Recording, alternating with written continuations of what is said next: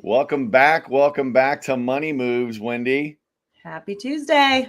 That's right. It's Tuesday. Whoop, whoop. So we've got to have I don't know, some kind of, I don't know. We got to figure something out. No, I can't do two for Tuesday because we're doing the one show, but who knows? Who knows? So we've got some, well, I don't want to call it exciting, but it's kind of impacting everybody. I don't know. You've been to the gas station lately, right? And Unfortunately. yeah, the grocery store, everything else, right? And so what we're going to be talking about today is inflation, because we all get the joy and pleasure of experiencing inflation because we are an inflation nation right now, and it's only going to get worse. The new numbers just came out last week, and we're now sitting at 7.9% inflation, and it's predicted to go higher, maybe even double what it currently is. So it's a hidden tax. We're going to talk about that, and we're going to talk about how it's impacting your wealth. So do me a favor. Go out, tell your friends, hey, they're getting ready to talk about that inflation stuff, and explain what you can do and what you need to do in order to protect your butt and your money. So let's get started here in just a second.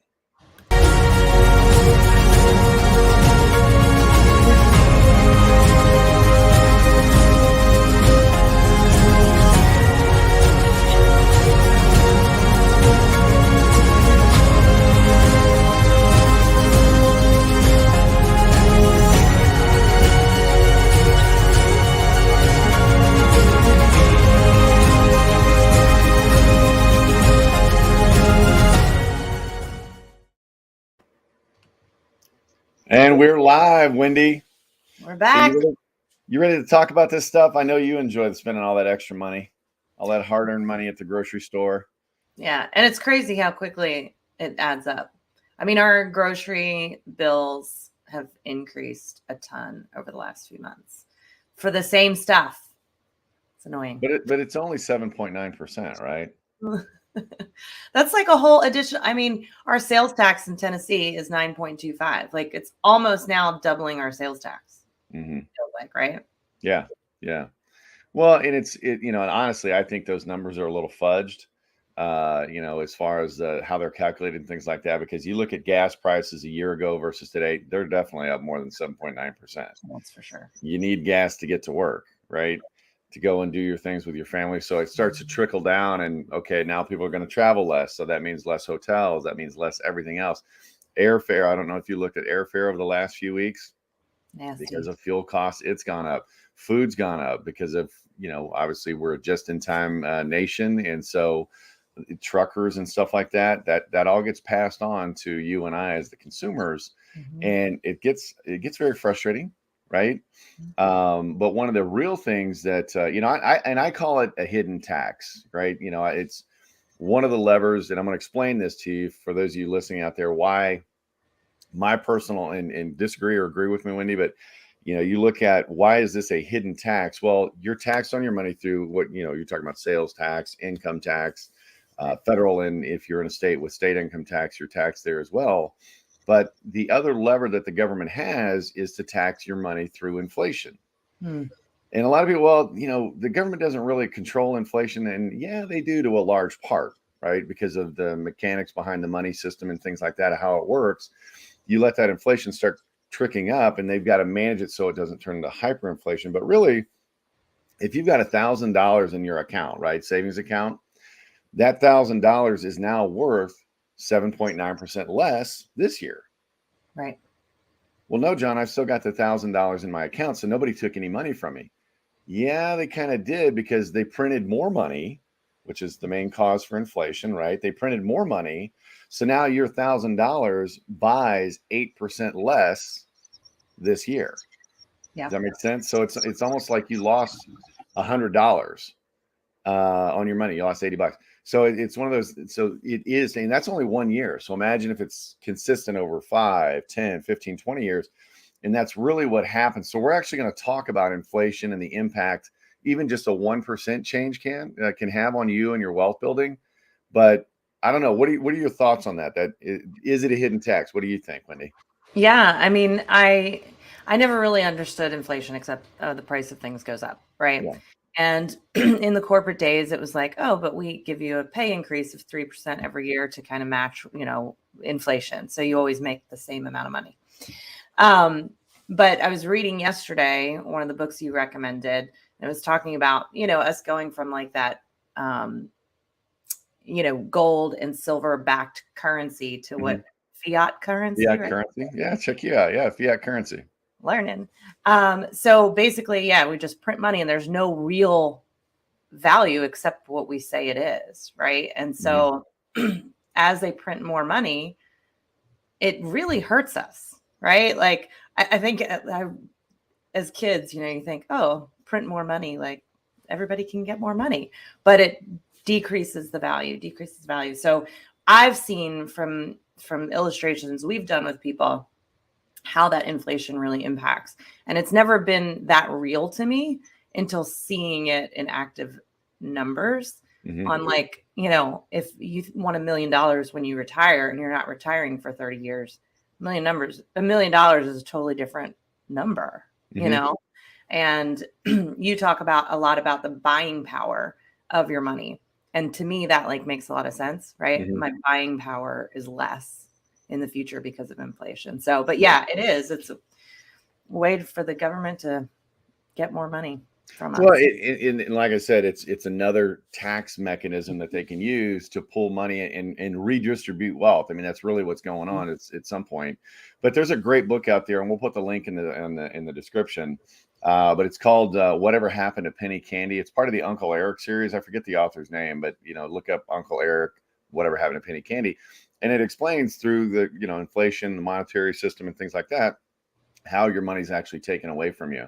And it's crazy to think of some of those practices are still in place today, and they still work because you and I, the average person out on the street, we don't really get inflation. We think and we're told, oh, it's just the cost of goods is going up, right? The cost of it costs more to make goods and stuff like that. Well, we all know that's not true, right? Or they'll blame, well, because of what's happening overseas, it's impacting our cost here, and that's not really the case. It's okay, we need more money in the system because of the way our system works. And I don't want to get too complicated on it, but it's just another way to pull money away from you and put it back out into circulation without actually taking money out of your bank account.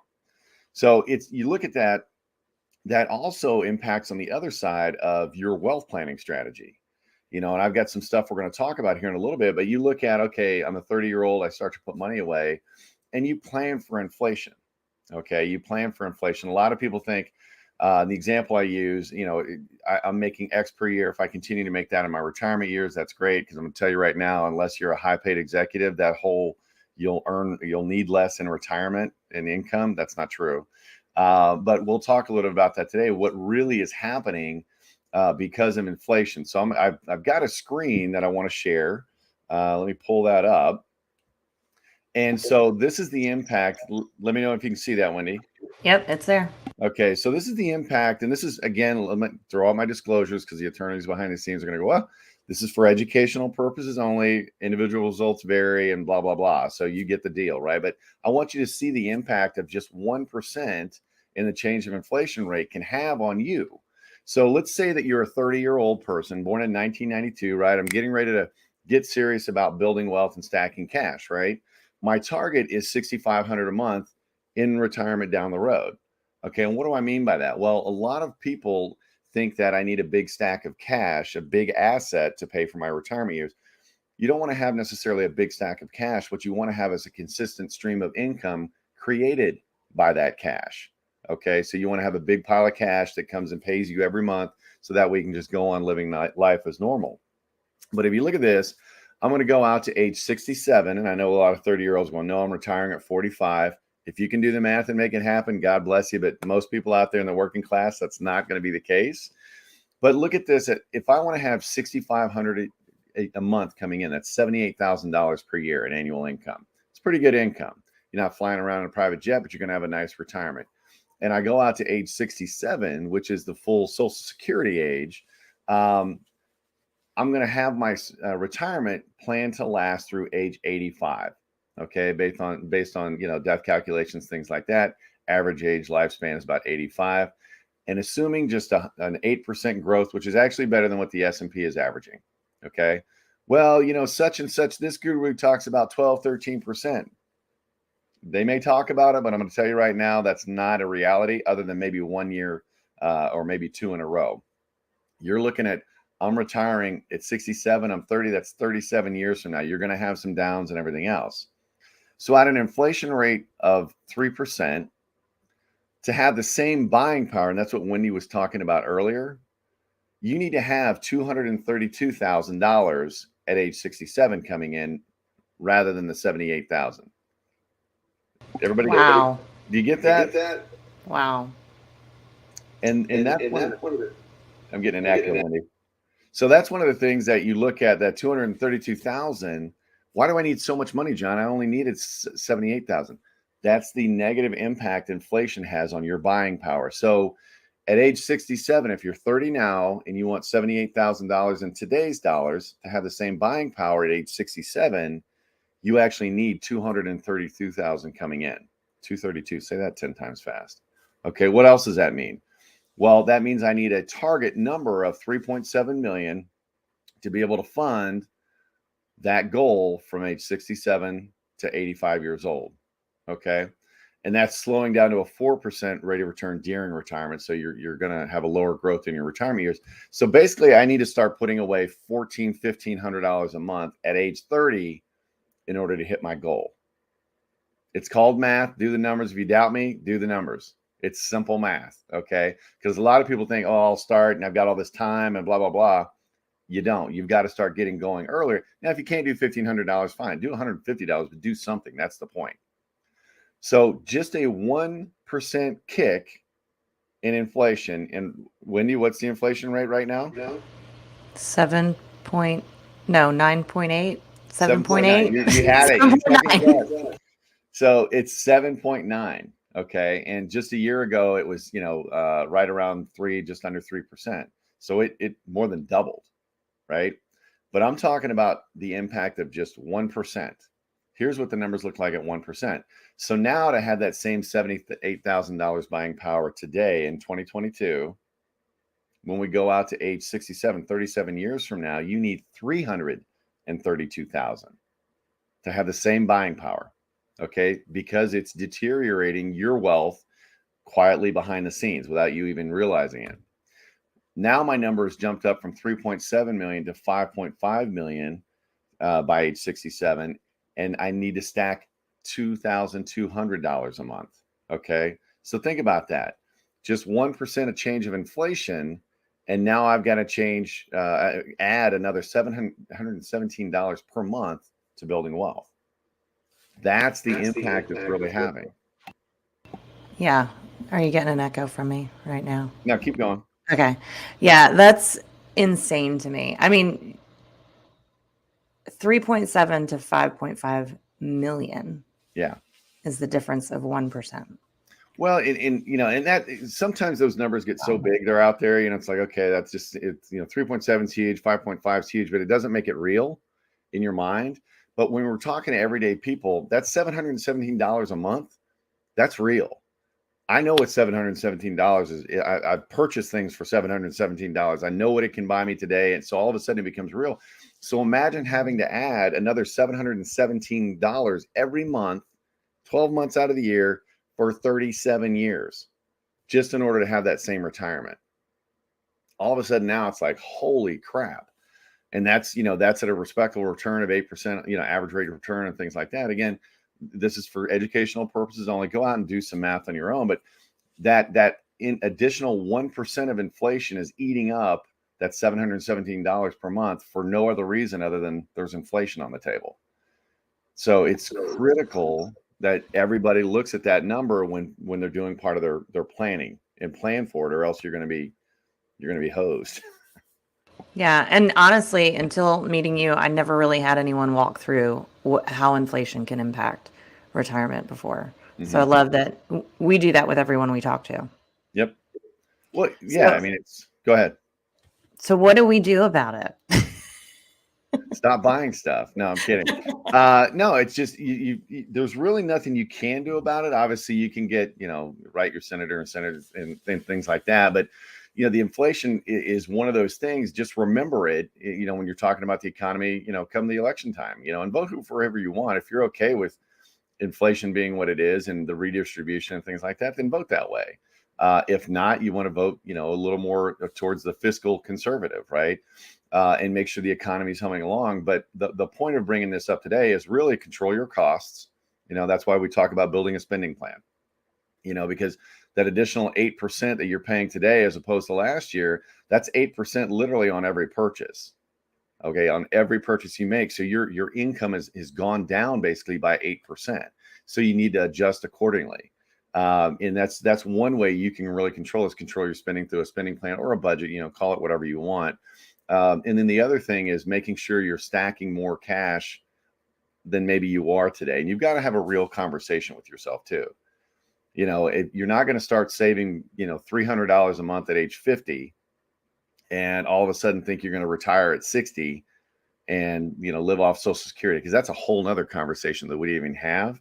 Is Social Security going to be around? Well, the number they show you, if you go out to the Social Security Administration's office, SSA.gov, those are future dollars. So it's not like you're getting that today. They're showing you future dollars. So it's actually worth even less than you think. But it's really, really critical, Wendy, that you plan and start early. I wish I could go back, and I'm sure you would agree, to my 22-year-old self when I started making some money. What did I do? I started spending it just as fast as I was making. And that's the trap that we fall into in middle America. You've really got to plan not only for today, but don't rob your future self. Does that make sense? It's powerful. Yeah. Powerful. Somebody mentioned this weekend, delayed gratification, right? And I think, I was taught that in my early career days, delayed gratification on, saving up for things you want. But I think it's so powerful too, applying to, saving for your retirement and living the life you want at the end of your life, right? And knowing that our daily habits today really make an impact, for sure. Well, it does. It's almost like compound interest in reverse, right? And we went through that whole YOLO phase. You only live once, and some people are still doing that and things like that, and that's great. And don't get me wrong, I'm not saying don't live for today, but you've got to have that balance, and you've also got to make sure, because right now, especially as a 30-year-old, you've got so much more time than somebody who's 40 or 50, and time is so much more valuable than money, right? You can always add more money, you can always make more money, or in the government's case, just print money. Right. But you cannot add another second to your journey or to the time it's going to pass 1 hour, 1 minute at a time. So you want to make sure you're putting your seed money in the ground and letting it compound as long as possible before you actually start pulling it out. But either way, you've got to make sure you're planning for inflation, not only up to retirement, but 20 years, 15 years through retirement. Because the inflation rate is still going to keep chipping away at your money. So you can't plan for day one. You got to plan for day, 201 or whatever. So absolutely. Good stuff. All There's right, so everybody. much more we could talk about, but I know, right? So I'm trying to keep these brief, because literally I could go on for another hour. But it's one of those things, guys. If you need questions, have questions, put them in the comments. Reach out to us. Wendy Lee online, Black Swan Money. We're here to help. Do me a favor, show some love. Click that subscribe button down below. Share it with your friends and family and let them know, hey, these guys are actually bringing some real content. And we're not here trying to push anything. If you do need help, that's what we do as well. Reach out to us. We can help you on your own personal financial journey. But wake up, and understand what's going on with your money. Learn how money works and start applying it. So everybody, it was great. Wendy, as always, it was good to see you as well. And we'll pick it up again next week. Money